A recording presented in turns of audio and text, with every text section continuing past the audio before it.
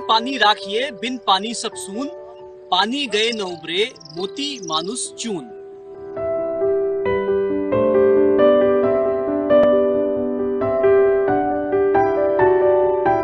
जल है तो जीवन है, जल है तो कल है, लेकिन हम ये बात भूलते जा रहे हैं।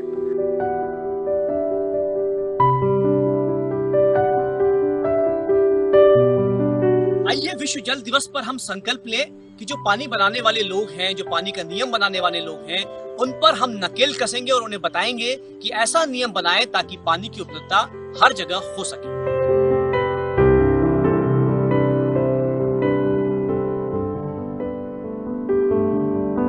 विश्व जल दिवस पर संकल्प लीजिए कि हम सिर्फ पानी का संरक्षण ही नहीं करेंगे, बल्कि उन लोगों पर भी नकेल कसेंगे जो पानी के नाम पर भ्रष्टाचार कर रहे हैं।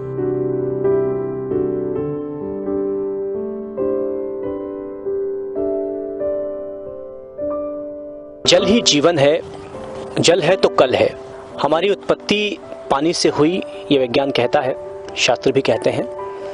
पानी के आसपास ही हमारी सभ्यताएं पैदा हुई और आज भी पानी है तो हम हैं। पूरी दुनिया के वैज्ञानिक शोधकर्ता अलग अलग ग्रहों पर पानी की खोज कर रहे हैं ताकि वहाँ पर जीवन देखा जा सके, जीवन पैदा किया जा सके। लेकिन विडंबना इस बात की है कि आज विश्व जल दिवस पर भी हम बात करते हुए हैरान हैं इस बात को जानकर कि हम सब पानी के महत्व को भूल गए।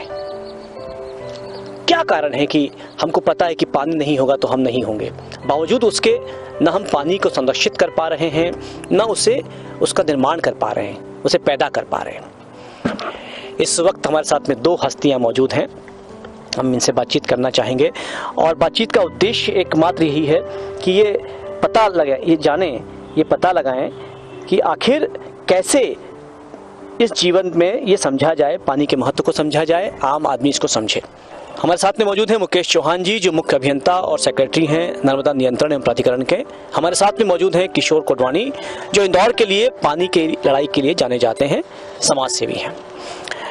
सबसे पहले सर मुकेश जी, मैं आपसे बात करना चाहूँगा और वहीं से शुरुआत करें कि उत्पत्ति पानी से हुई, जल में ही जीवन था, वहीं से हम पैदा हुए, वहीं सभ्यताएं बनी। बावजूद इसके हम पानी के महत्व को लगातार भूलते गए। आज पूरी दुनिया पानी की कमी से जूझ रही है, क्या कारण? ये तो एक सर्वमान्य तथ्य है कि जल ही जीवन है, ये तो इस बारे में कोई दो राय नहीं हो सकती। पर जीवन जो है जल पे निर्भर है। और दूसरी बात यह है कि जैसे जैसे जनसंख्या हमारी बढ़ती जा रही है, या जैसे जैसे शहरों का विकास होता जा रहा है, या जैसे जैसे हम पानी का उपयोग अन्य कार्यों में ले रहे हैं ज़्यादा से ज़्यादा, तो वैसे वैसे समस्याएं बढ़ती जा रही हैं। एक समय हम इंदौर के संदर्भ में ही लें तो जब 2-3 लाख की पॉपुलेशन थी तो कुछ बावड़ी और कुओं से इंदौर का काम चल जाता था। फिर इंदौर की पॉपुलेशन बढ़ के 65 के अंदर 5 लाख के आसपास हुई। तब यशवंत सागर और ये साथ में इनने साथ दिया। जनसंख्या और औद्योगिकरण के साथ साथ कृषि का काम भी काफ़ी आसपास बढ़ता ही है।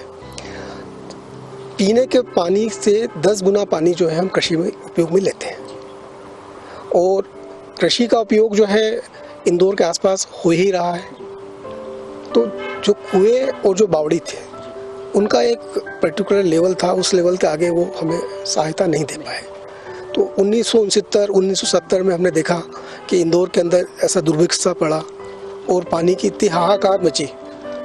उस समय हमें पानी की ऐसी आवश्यकता, इंदौर के संदर्भ में हम कहें तो पानी जो है उस समय समझ में आया कि पानी हमारे लिए क्या है।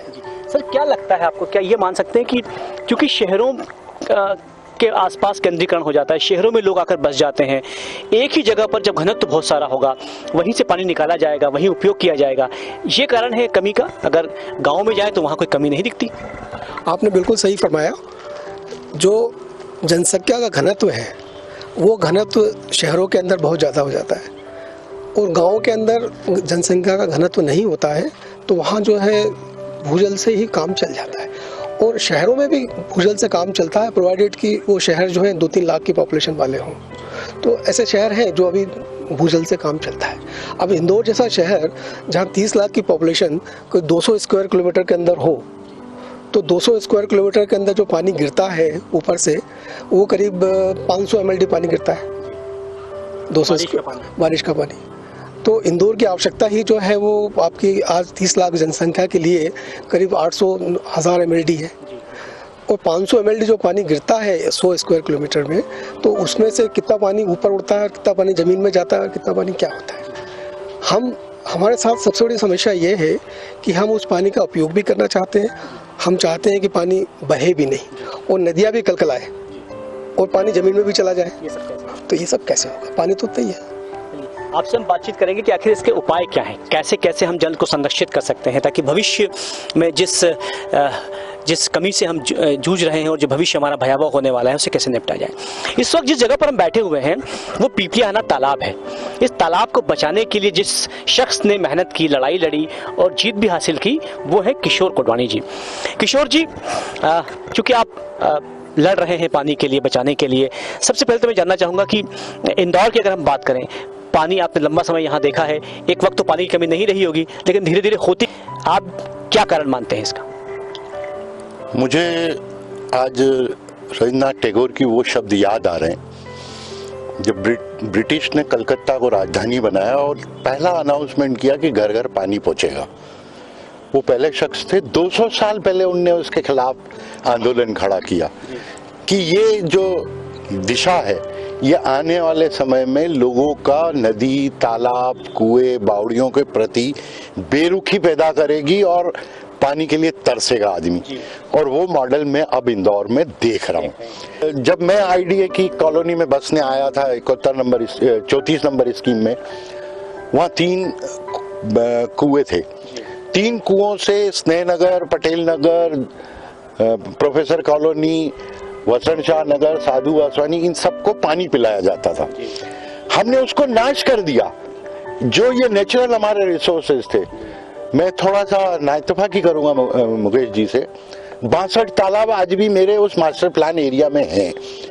एक बिलावली तालाब जो 9 mld, जहां से इंदौर का पानी, जो आपने बताया कि 1.5-2 लाख लोग जब पानी पीते थे, वो तालाब हमने 5 साल से पीने का पानी उपयोग करना बंद कर दिया। 35,000 पॉपुलेशन आज भी उस पर चल सकती है।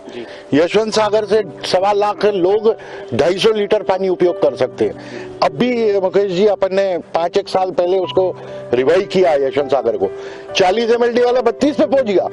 इन्हें कोई देखने वाला नहीं, समझने वाला नहीं, हो क्या रहा है। किशोर जी, क्या आप ये कहना चाह रहे हैं कि पानी तो उपलब्ध है लेकिन उसका बेहतर नियंत्रण आज भी नहीं हो रहा है? कुदरत जो पानी बरसा रही है मेरे इंदौर जिले में 3,898 वर्ग किलोमीटर का है, मुझे केवल 4 इंच पानी चाहिए। कितने लोगों के लिए? 50 लाख जनसंख्या हो जाने के बाद जिले की। और ये जो आज कैलकुलेट 133-35 लीटर करते हैं, उसकी जगह 250 लीटर जो वास्तविक खर्च है, 4 इंच पानी में मेरा काम हो सकता है। इंदौर मास्टर प्लान इलाके में जो 62 तालाब है, इनको क्यों नहीं मैं संरक्षित कर रहा हूँ? ठीक है, वो बहुत छोटे छोटे हैं। एक बिलावली जब 35,000 को और एक यशवंत सागर 1.25 लाख को, मतलब 20 यशवंत सागर मेरे को बनाना है। और पानी है इंदौर में, जो वर्षा गिरती है वो 3 हिस्सों में बंटती है। एक नर्मदा में जाती है और उस नर्मदा से मैं 78 मीटर नीचे से उठा के पानी ला रहा हूँ। मतलब मेरे से बड़ा मूर्ख कोई नहीं। दुनिया पानी से बिजली पैदा करती है, मैं बिजली से पानी पैदा करता हूँ।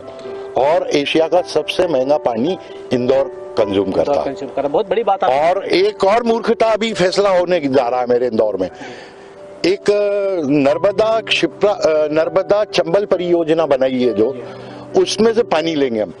32 रुपए प्रति 1000 लीटर हमको वो पानी देगी एक KVN। 4 रुपए प्रति 1000 लीटर हमको यशवंत सागर से लिफ्टिंग कॉस्ट और फिल्टर कॉस्ट है। मतलब वो 36 रुपए का पानी पड़ेगा। 28 रुपए का नर्मदा का पड़ रहा है। मुकेश सर ने एक और योजना बनाई है, नर्मदा शिप्रा परियोजना। वो हमारे ऊपर पठार पे, उसका पानी नहीं लेते हुए हम नीचे से उठा के लाना चाह रहे हैं। हमारा कोई विजन नहीं है, कोई विजन ही नहीं है, कोई प्रॉपर जमीनी हकीकत। मुकेश सर इसमें ज्यादा जानते हैं कि कोई भी जब योजना बनाई जाती है तो उसकी वायबिलिटी देखी जाती है कि आर्थिक धरातल पे वो क्या संभव है। वो कैलकुलेशन करना ही बंद कर दिया। सरकारी पैसा है, मतलब खर्च करो, फूको धूल, इन्हें धन का धूल भले हो रहा हो तो। आप जो बात कर रहे हैं, मुकेश से बात करना चाहेंगे। मुकेश जी, जो किशोर जी कह रहे हैं, जो आपसे बातचीत करते समझ में आ रहा है कि पानी तो है लेकिन उसका बेहतर नियंत्रण नहीं है, योजनाकार लोग नहीं है कि उसका कैसे बेहतर उपयोग किया जाए, क्या आप इससे इत्तेफाक रखते हैं? आज हम देखें तो 560 MLD पानी हम ला रहे हैं फेज़ 1 और फेज़ 2 और फेज़ 3 का पार्ट 1 जो है उससे 560 MLD वो ला रहे हैं। यशवंत सागर से 40 MLD होता है और ऐसा कहते हैं कि 100 MLD पानी हम भूजल से भी ले रहे हैं। तो ये सब मिला के करीब 700-800 MLD पानी तो मोटे तौर से हो रहा है। और यहाँ की जनसंख्या अगर हम 25 लाख भी आज तारीख माने, 30 भी मान लीजिए चलिए, तो 30 लाख की जनसंख्या के लिए अगर 200 लीटर पानी पर डे भी लें हम, तो हमें 600 MLD पानी चाहिए। तो क्या है, ऐसा बात क्या है कि आधी जनता के पास तो पानी आज पहुंच ही नहीं रहा है नल से, और आधी जनता के पास भी पहुंच रहा है तो 24 आवर्स नहीं पहुंचता है, अल्टरनेट डे पहुंचता है। मैं विजयनगर में रहता हूं, मेरे पास हर दूसरे दिन पानी आता है। तो वो 200 MLD पानी, जो 200 लीटर पानी, अगर मेरे परिवार में 5 आदमी हैं तो 1000 करके 2000 लीटर पानी आना चाहिए, मेरे पास तो नहीं आता है। तो इसका मतलब ये है कि कहीं पे योजना संचालन और प्रबंधन की पूरी कमी है। और नगर निगम को मैं दोष इसलिए नहीं देता हूं कि इनके पास बहुत ज़्यादा समय नहीं रहता है और लोग भी कम रहते हैं, तो सब जो उनके कंसल्टेंट होते हैं जैसा इनको बोल देते हैं मान लेते हैं ये।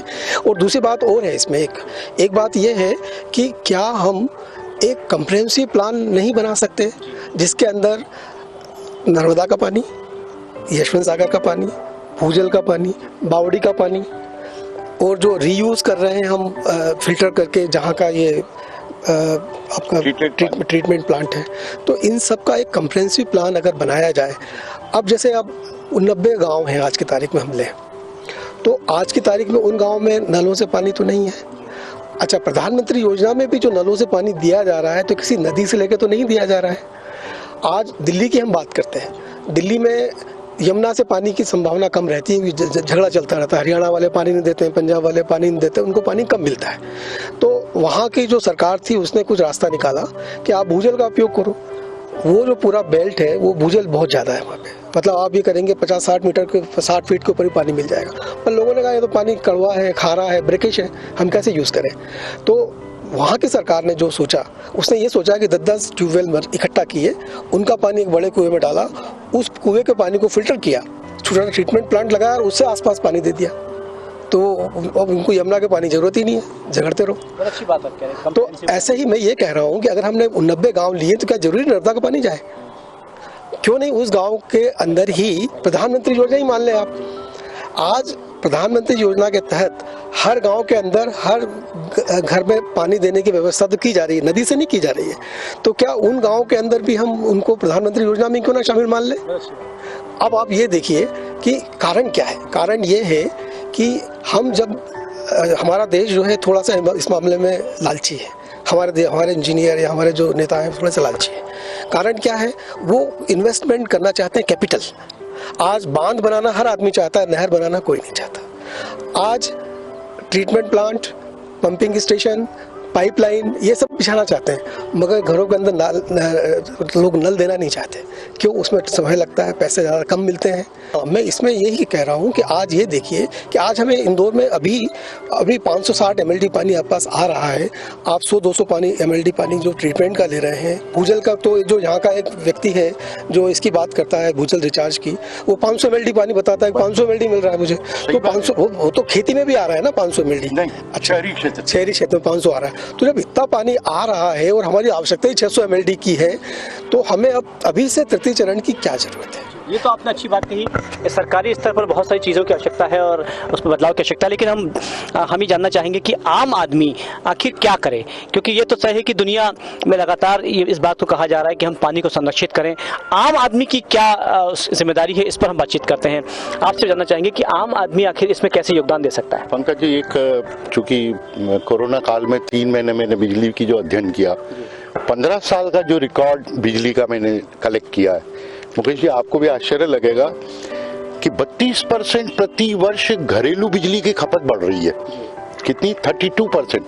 और उद्योग की केवल 23%, कृषि की 13%, और पानी प्रबंधन पे सबसे ज्यादा 36% बिजली खपत बढ़ी है 15 सालों के अंदर। नीचे से पानी लाते हैं। इसका मतलब हम जमीन को खोखला करने के काम में लगे हुए, ग्रेविटी बेस्ड सोच नहीं, तालाब बेस्ड सोच नहीं, कुएं बावड़ियों के संबंध में सोच नहीं। मुकेश जी ने एक चीज आपके ध्यान में और नहीं लाई, जब मैं जवानी में था तब मेरी छत पे पानी आता था, अब 7 फुट नीचे गड्ढे से फिर पानी पंप करके ऊपर पहुंचा रहा हूँ, निकालना पड़ता है। मतलब डबल बिजली लगा रहा हूँ। और उसी के कारण बिजली का खपत बढ़ रही है। और ये जो घरेलू बिजली खपत है उसका मैक्सिमम कारण एसी और पानी प्रबंधन है, क्योंकि ये दूसरी तरफ जो जल प्रबंधन पानी का जो निकायों का है वो 35-36% जो बता रहा है वो उधर ही संकेत कर रहा है।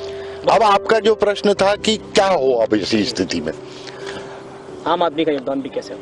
आम आदमी केवल कुछ नहीं कर सकेगा, प्रशासन अपना रोल अदा कर सकेगा और पानी में आम आदमी, जैसे कचरे में जब प्रशासन ने एक प्रबंधन बनाया, भले वो कोर्ट की मार ठोक से हुआ, तो आम आदमी को जब आपने व्यवस्था दी तो ये इंदौर देश का नंबर 1 बना।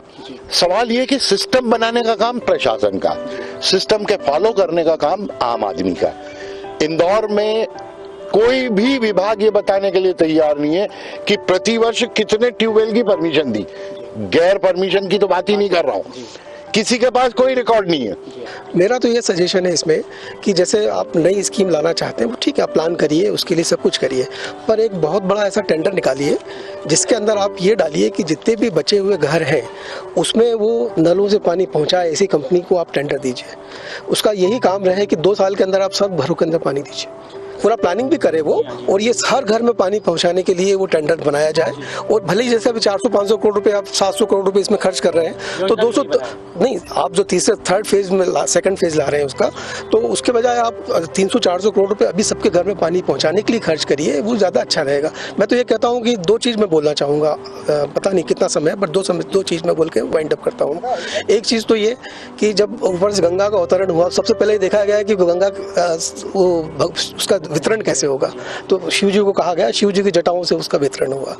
और दूसरा ये कि नर्मदा का जब ये शुरू से प्लानिंग में ही गड़बड़ है इनके, मैं इसमें भुक्तभोगी मैं हूँ। भुक्तभोगी क्या मतलब, मैं क्या कहते हैं उसका गवाह हूँ, मैं भुक्तभोगी तो नहीं बोलूँगा, भुक्तभोगी तुम सभी हैं। एक्चुअली जब ये फेज 3 बना रहे थे तो मेरे पास आए थे, मैंने जो भी बना रहे थे उनको समझाया ये कि आप महेश्वर से मत लीजिए, महेश्वर का जो वाटर लेवल है वो 165 मीटर है और इंदिरा सागर का वाटर लेवल जो है 262 मीटर है, तो दोनों में 100 मीटर का फर्क है। इतनी ऊंचाई लाएंगे आप, इतनी ऊंचाई से लाएंगे।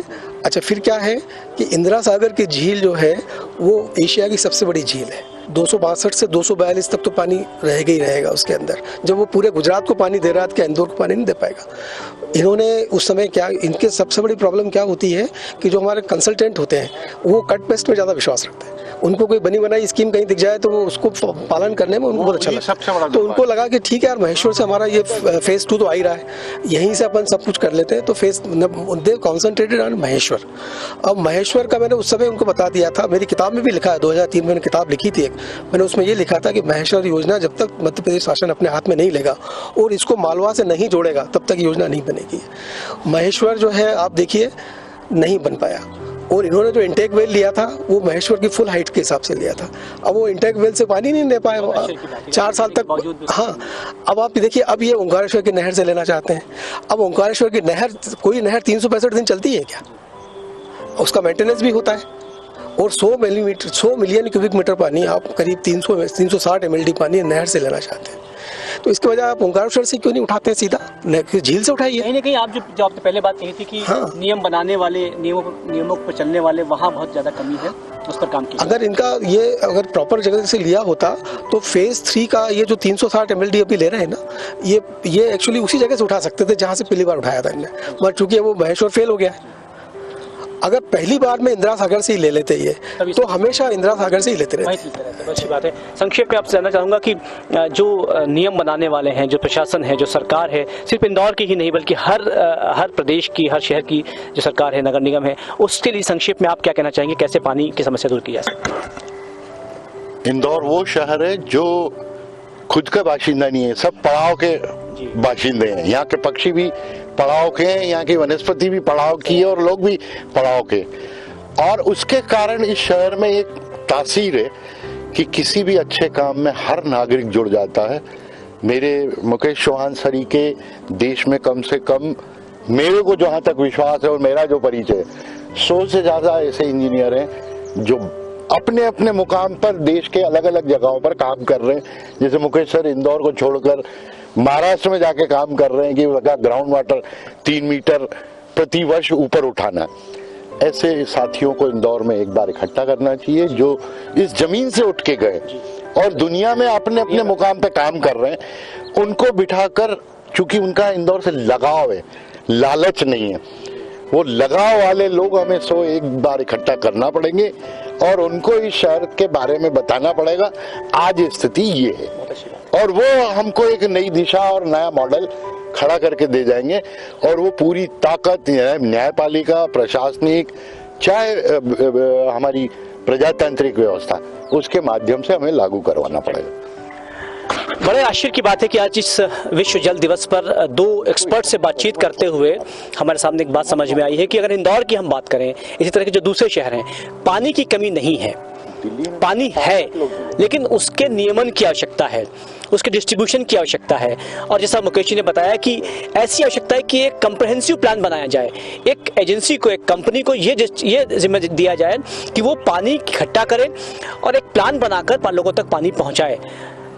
जो हम जुमला सुनते आए थे, बात सुनते आए थे कि पानी कम होता जा रहा है, कम होता जा रहा है, मुझे लगता है कि आज इस बातचीत के बाद में एक बात समझ में आई कि पानी की कमी कहीं नहीं है, पानी है, लेकिन ज़रूरत है उसके संरक्षण की और उसे सही तरह से उसके नियमन की और लोगों तक पहुंचाने की। बहुत सारा धन्यवाद। आप देखते रहिए साधना।